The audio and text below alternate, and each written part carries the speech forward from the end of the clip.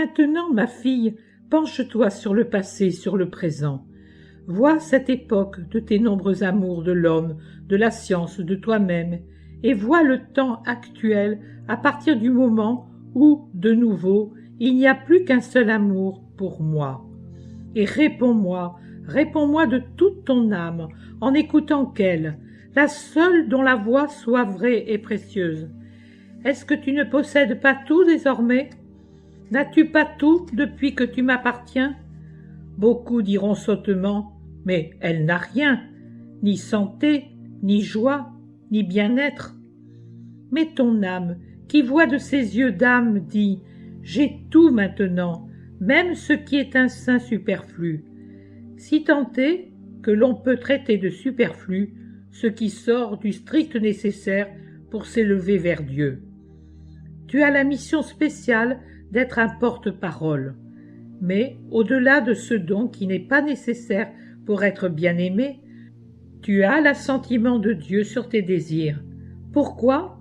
Parce que, comme dit le psaume, le Seigneur m'a récompensé selon ma justice, selon la pureté de mes mains à tes yeux. Je suis infiniment, divinement généreux à l'égard des justes et des purs de cœur. Bon avec les faibles, je suis parfaitement bon avec ceux qui savent être forts par amour pour moi. Et comme je suis l'amour, je dois me faire force pour ne pas être faible envers ceux qui fautent également. J'accorde à mes enfants la multitude de mes dons.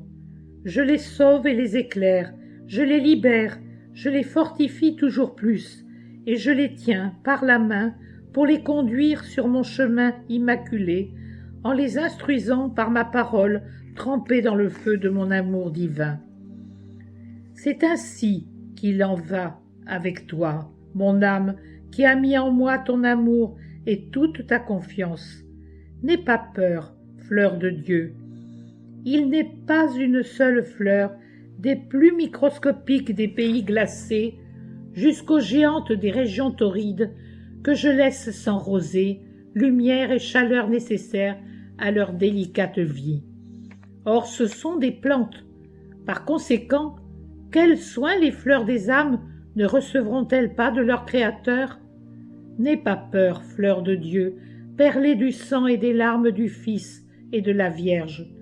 Parée de ces joyaux et de ta fidélité, tu m'es très chère. Chante pour toujours ton Magnificat. Le Père, le Fils, le Paraclet sont avec toi. Ô Seigneur, Seigneur, tu le dis, et c'est certainement vrai. Tout aura été nécessaire. Mais quel événement fut pour moi ton abandon de l'an dernier? Tu le vois, tu n'ignores pas les sensations des cœurs. Il est des blessures qui, même après la cicatrisation, sont douloureuses dès qu'on les effleure. Quelquefois, elles font mal par simple sympathie nerveuse quand on fait seulement mine de les toucher ou que l'on touche le membre opposé. Les nerfs coupés font souffrir, même une fois la blessure refermée. Et même maintenant que tu m'as reprise sur ton cœur, ton abandon demeure une blessure qui me fait toujours souffrir, parce qu'il a coupé le nerf qui m'unissait à toi. Je ne te demande pas « Pourquoi l'as-tu fait ?» Je te dis seulement « Tu sais ce que ton abandon a représenté pour moi ?» Aujourd'hui, c'est en tremblant que j'ai écrit le 10 avril. Voici un an, en effet, tu as abandonné ta misérable fleur sans rosée, lumière ni chaleur. Peu s'en faut que j'en meure, car je t'ai tout donné, et si je possédais autre chose, je te l'aurais donné. Mais ne me fais plus jamais passer par une épreuve semblable. Tu vois que ma misère ne peut la supporter. Je chante, oui, je chante mon Magnificat. Je dis aussi, je n'ai vraiment pas mérité que tu accomplisses en moi de grandes choses. Mais mon chant se mêle de larmes, car, comme un enfant qui a connu un temps d'abandon n'a plus ce visage serein des enfants heureux, Je garde toujours à l'esprit ton abandon de l'an dernier. Jésus a raison, Marie a raison. Ce qu'on ne peut supporter dans notre passion, c'est ton abandon, Père. Pendant que j'écris ceci, la petite lumière qui brûle continuellement devant Jésus se rallume. C'est la petite étoile qui resplendit en même temps que mon cœur devant mon Jésus crucifié.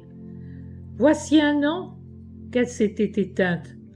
Ma cellule, mon tabernacle, mon paradis n'avaient plus de lumière, et cela me peinait tant.